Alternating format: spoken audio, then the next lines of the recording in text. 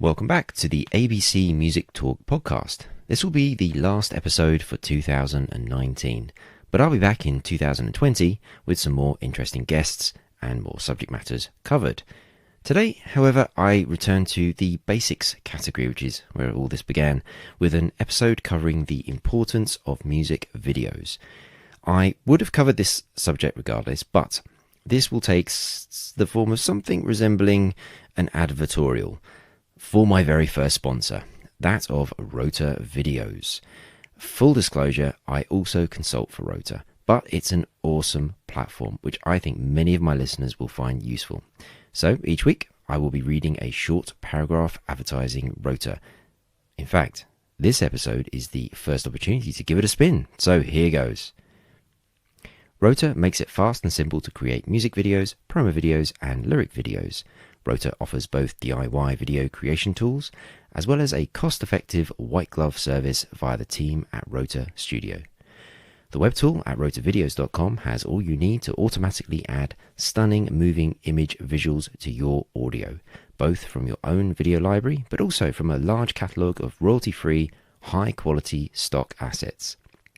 It allows you to create full music videos in either 360p or 1080p definition, and you can create an infinite amount of drafts for free, allowing you to experiment with a vast amount of styles which add visual effects and different editing transitions to suit your music. Head to abcmusic.co and click the Rotor logo on the homepage to access a 10% off discount for the service. If you'd like more information on the Rotor Studio service, contact me, Alex, at abcmusic.co for more details. So hopefully that was clear about what Rotor is, and I will be revisiting it a little later on in the show. So let's look now at why music videos are now so important to the music industry. Now, as ever with me, there's always a little bit of a history lesson, and I won't try and pretend that I knew everything. I had to go research this. And, of course, Wikipedia being my friend as ever. And I found this little paragraph that I'm just going to read out for you now, which I thought was quite interesting. The Beatles had used music videos to promote their records starting in the mid-1960s. The creative use of music videos within their 1964 film, A Hard Day's Night, particularly the performance of a song, Can't Buy Me Love, led MTV, later on in June 1999, to honour the film's director, Richard Lester, with an award for basically inventing the music video, which I didn't know that, and I thought that was pretty amazing. And what an incredible thing to have achieved in your life, to be sort of, mostly recognised for creating the format of the music video. What a wonderful thing. So MTV was just mentioned there, which of course, it was launched in 1981 in August in the US. A little bit of trivia for you. The very first video that they played was something called Video Killed the Radio Star. I have a feeling they knew exactly what they were up to when they played that. Now, personally, I grew up watching music videos through a show called the Top of the Pops, which was a weekly show which essentially did a countdown of the UK chart, and it was a kind of mixture of sort of mimed studio performances, but of course music videos, and that was kind of pretty much my only real access point. I do, however, have vague memories of watching MTV for the first time. And it was around the early 1990s, because in the UK at the time you needed a satellite TV connection, and back then it was very expensive, and we certainly didn't have it at my house. But a friend of mine did, and so one lunchtime we all went round his house, and I sat there and watched these incredible music videos that I just hadn't seen before, and it was fascinating, and I really added a sort of another dimension to me as a music fan at the time, and seeing some of these acts, and obviously the additional sort of creativity that comes from the visual component to music. One of the other memories that I have is I was a fan of a band called Feeder, and on one of the albums they had you could put it in your computer, and using the CD-ROM you could watch a music video. Again, it was the sort of thing that was quite unusual at the time, and really added a lot to the experience as a music fan. The other thing that I've thought about as I was planning this was that, so YouTube launched in 2005. That probably means that most people I think that are listening to this are probably around the ages of sort of 18 to 24, and in which case you pretty much had YouTube all of your lives, if not all of your adult lives or young person's lives. And I just think that's quite amazing because, of course, for me, it feels much more like a new thing that we've got to kind of figure out. And so YouTube's an incredible phenomenon. So I just want to kind of just go through some of the statistics that I found online about them. And so back in 2006, there were 65,000 new videos a day uploaded, and that resulted in 100 million views every single day. Now they're pretty big numbers, but by the time you get to 2017, there were 400 hours uploaded every minute and 1 billion hours watched every single day. Now, I know that's not all just music videos, that is just videos in general, but still, it's an incredible platform, and it's certainly well recognized that music videos make up a good portion of the watch time. It's actually led to the site, according to Wikipedia at least, being the second most popular website on the planet, which I certainly probably agree with. Of course, video exists outside of YouTube. There are other platforms, Apple Music and Tidal, do a pretty good job around music video streaming. And of course, Apple themselves had iTunes for where you could download music videos. That sort of predates streaming. I think that was launched around 2003, 2004. But of course, the other thing that's worth mentioning is how music videos, or at least music in videos, has infiltrated so much of what we consume, and social networks, of course, being another big component to that. Facebook, Instagram, Twitter, whether it's in the stories or whether it's in the feed, and of course that really has sort of added this other dynamic whereby music itself is being used in these videos that aren't the official videos. So unlike the stuff I was just talking about with Apple Music and Tidal and iTunes and MTV, you've got this kind of like really sort of like incredible fan engagement piece going on through the different social networks. In fact, I helped Facebook license some of the music for the kind of the background aspect to music being used on their platform with some of the record labels in Southeast Asia, and my understanding is that these days they're currently trying to actually license the original music videos for their watch service. Apparently there's something live in Thailand and India already, because previously really they were only ever paying for music being used in the background as opposed to the actual official music videos themselves. So that's a really interesting kind of evolution that's going on there. And of course, you've got to kind of wonder whether they're looking at YouTube and sort of thinking, oh, maybe I'll go after their crown. Who knows? The other thing that I think is has been a fascinating piece, and certainly has caught the imagination of record companies and the record industry and the music industry in general, is of course a platform TikTok, which bought Musical.ly, where you've got fans making these videos based on music, and of course the other one that's worth mentioning at the moment is Triller, which has this piece in it where you are specifically asked, would you like to make a music video? And that's really interesting to me to sort of see how that's kind of gone all the way down to sort of true consumerism.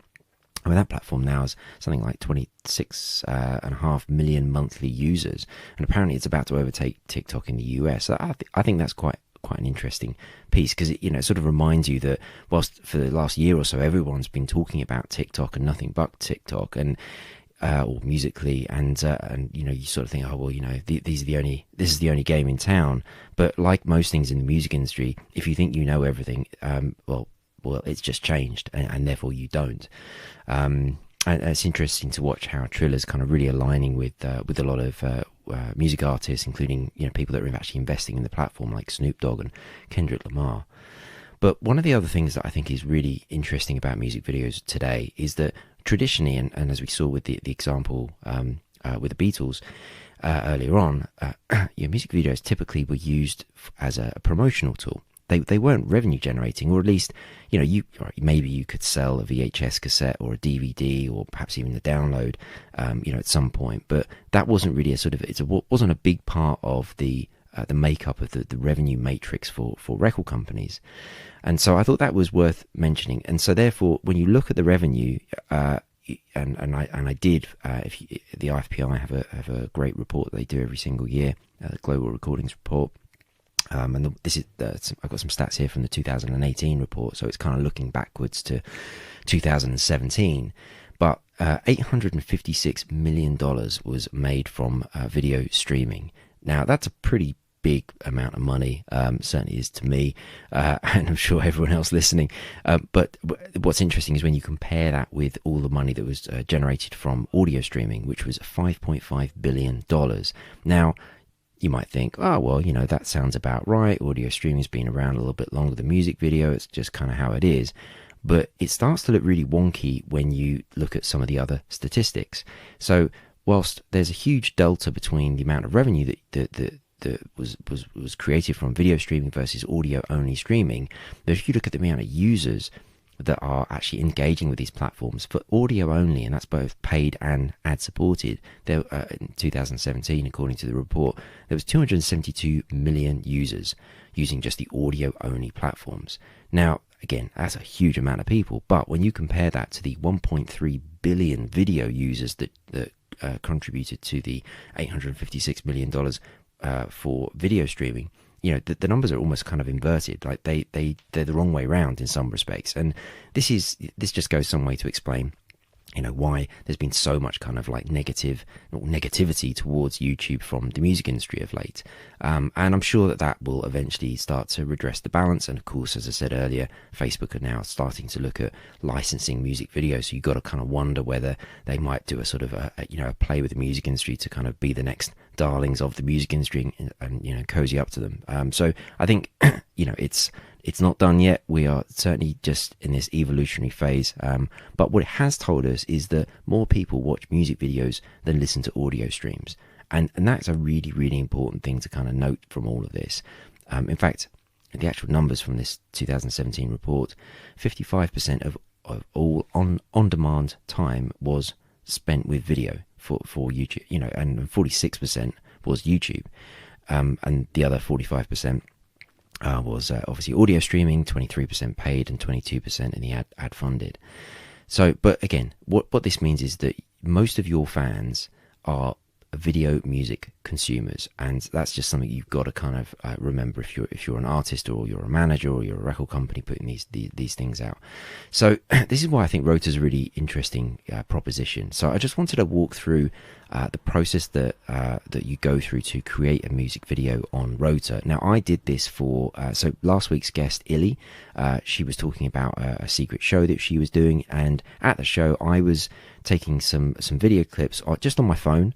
And I kind of thought, right, okay, let's try this with Rotor. Let's see how it goes. And so I kind of created a short bit of audio, 45 seconds long. That's kind of just like a sort of mashup of a few, all of the tracks off the EP that she put out, changes.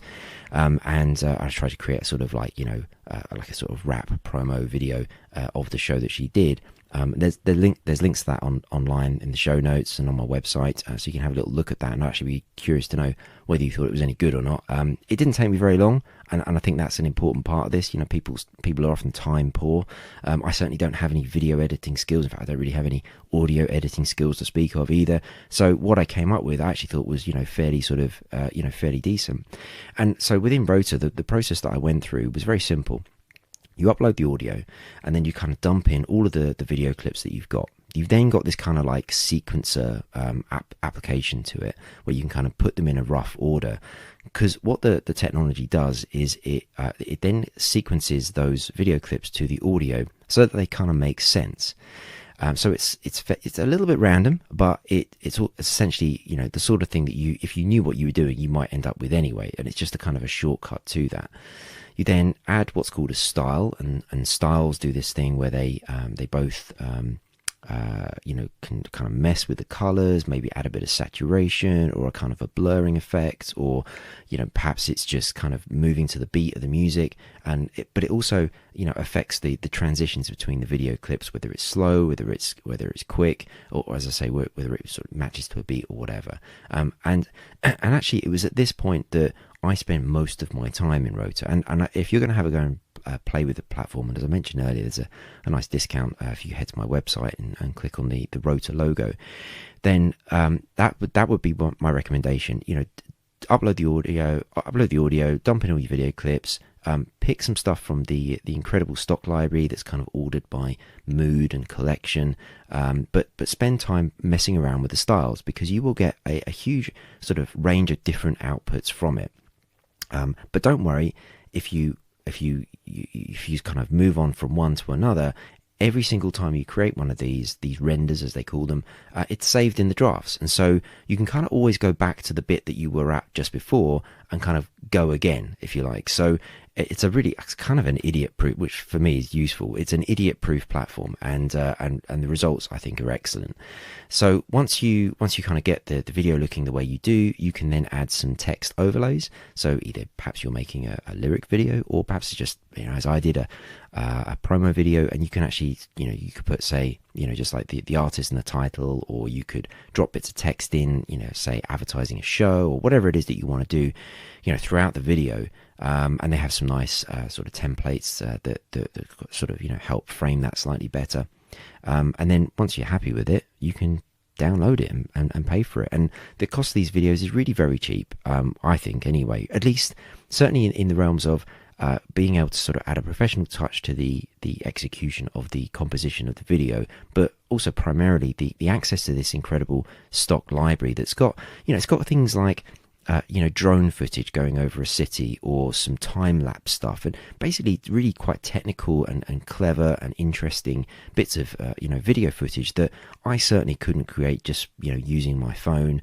It would take me too long to kind of perfect these things and get it right. So and it's all just there. You can just kind of select it and put it in, and then, as I said, you apply the styles, render the video, add your text overlays, and get something that you're hopefully happy with. So do give it a go. I thoroughly recommend it. Head over to my website, abcmusic.co. On the homepage, you'll see a Rotor logo. Click that. You'll go through to a special landing page where you'll see my logo, and that's where you'll get your 10% off. So that was really what I wanted to kind of cover in this, just talking about the importance of video for the music industry, and also to introduce you to Rotor, my sponsor. I'm hugely grateful for them for supporting this show. So to my listeners, once again, thank you for listening. As ever, I welcome all feedback, and I've actually been getting some of that, which has been really fantastic and really insightful. So I do appreciate it. Keep it coming. So yeah, welcome all feedback, comments, and suggestions for future shows. If you want to get in touch, I like Twitter a lot. So my handle is @AlexBranson. If you want to send me a direct message, just type podcast DM, and I'll follow you back, and we can have a direct dialogue. Or head to my website, www.abcmusic.co, and you'll find a contacts page there with my email address. So once again, thank you for listening. I hope you had a good year, and I will see you in 2020.